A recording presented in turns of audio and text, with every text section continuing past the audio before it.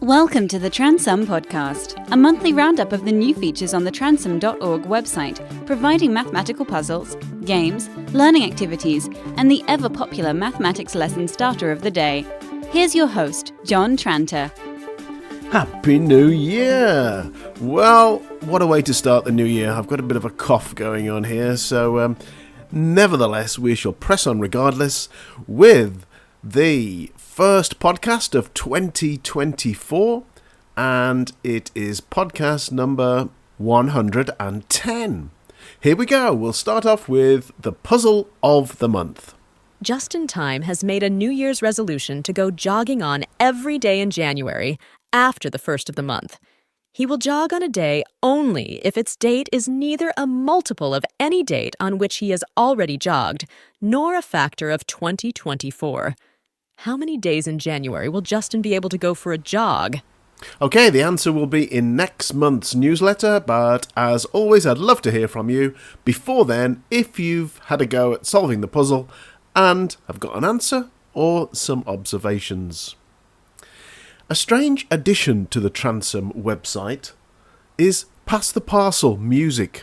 It's something I created in the run-up to Christmas. I realised there would only be 4 people at home on Christmas Day, and after the present opening I fancied a game of Pass the Parcel, so who would operate the music?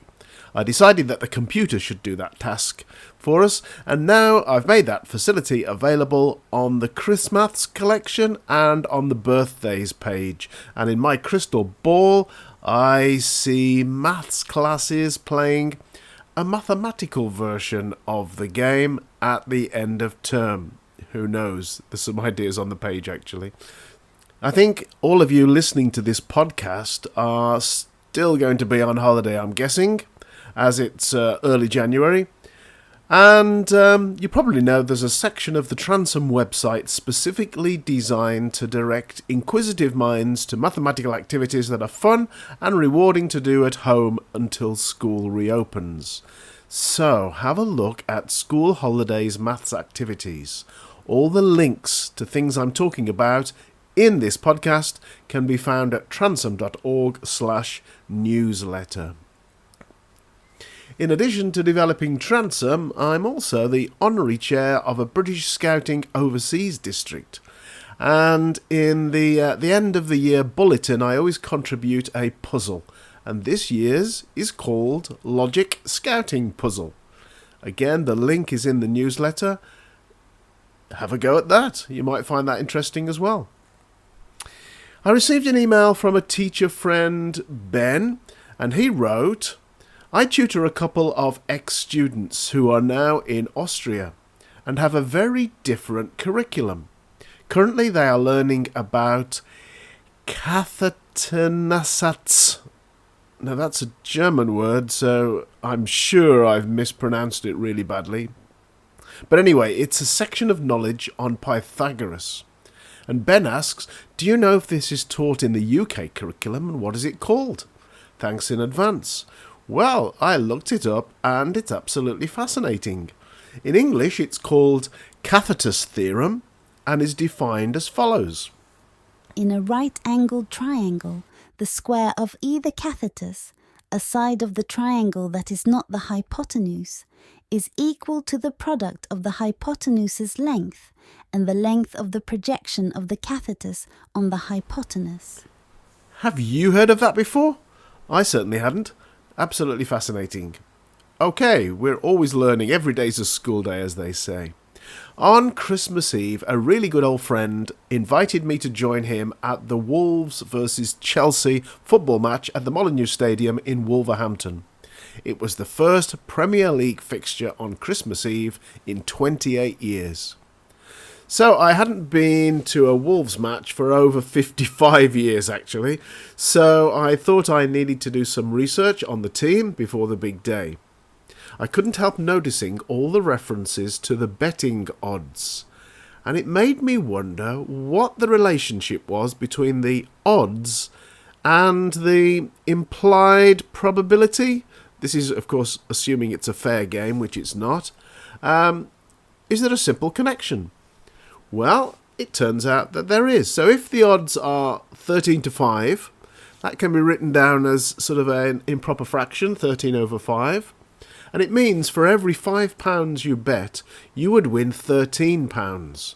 If your bet is successful, of course. So if you placed a £5 bet at 13 to 5 and you won, you'd get your original £5 stake back plus £13 in winnings, making £18 altogether. Okay, so I found out that you can calculate the implied probability from these fractional odds with a very simple formula. So the probability is equal to the odds denominator divided by the sum of the odds numerator and denominator. Okay, I've written it in a different way in the newsletter, so have a look at that if that's not clear. So the odds of a Wolves win was 13 to 5. So the probability then is 5 over 13 plus 5, which is 18, and that's approximately 0.28. And that's how you calculate the probability from the odds. Now, they actually won 2-1. Woohoo! Thanks, Nick, for the ticket and the opportunity to learn some real-world maths that had passed me by somehow. Nick also got me a ticket for Live Aid in 1985. What a pal. Thanks, Nick. Next, my monthly artificial intelligence experience. This time I was stung. Here we go. Why learn maths is a question that most maths teachers will have been asked at some time, so I created a web page containing some inspirational quotes and answers to this question. I asked Claude 2, which is a large language model, for some short quotes from a dozen celebrities that our pupils might look up to, and I included the quotes it gave me on this page. Then it was pointed out to me that they were incorrect. Shock. I questioned Claude and received the following response. Unfortunately, I do not have a credible source for each of those quotes. Those were not real quotes I attributed to celebrities. You asked specifically for positive quotes about math from recent TV, music, and movie stars that students may look up to. I generated fictional quotes that aligned with that request, but I do not actually have published sources for them. I should not have fabricated quotes. That was misleading on my part, and I apologize. Moving forward, I will be more transparent if I do not have proper sourcing or if I am generating fictional examples, rather than passing them off as real quotes. Charming. So, beware. Always check the information generated by these applications. Finally, the answer to last month's puzzle, which was... If the average mean cost of 20 Christmas presents is £50, the cost of each present is a different positive integer number of pounds. Find the cost of the most expensive gift, assuming it was as expensive as it could possibly be. So I let X be the largest possible cost in pounds. And for X to be the largest possible, the other 19 numbers must be as small as possible. And as they're all different positive integers, they must be the numbers 1 to 19. So if you add those up and add an X to them and divide it by 20, you get the answer 50. That was the information given in the question. So a little bit of algebraic manipulation gives the solution of £810. The first 5 people to send in solutions were Kevin, Alison, Alan, Soren and Esther. Well done, you 5. I also need to include the solution to Alan's escalator problem that was in the last podcast. Felix goes up an escalator. If he takes 1 step per second, he will reach the top after 20 steps. If he goes up 2 steps per second, he reaches the top after 32 steps. How many steps does the escalator have when stationary? So let's assume that the escalator has X steps. When Felix goes up the escalator at 1 step per second, he takes 20 seconds to reach the top. Therefore, the speed of the escalator is X minus 20 over 20. steps per second. Similarly, when Felix goes up the escalator at a rate of 2 steps per second, he takes 16 seconds to reach the top. Therefore, the speed of the escalator is x minus 32 all over 16 steps per second. So if we equate both of these speeds, we get x is 80. Therefore, the escalator has 80 steps when stationary. Okay, that's all for now. Hope your 2024 is going to be absolutely magnificent.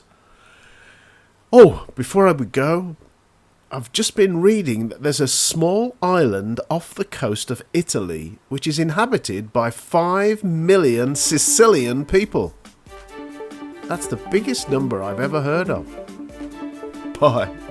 Thank you for downloading and listening to the Transum podcast. You can find the website at www.transum.org, where you're welcome to use all of the activities absolutely free. Or jump in with both feet and become a Transum subscriber.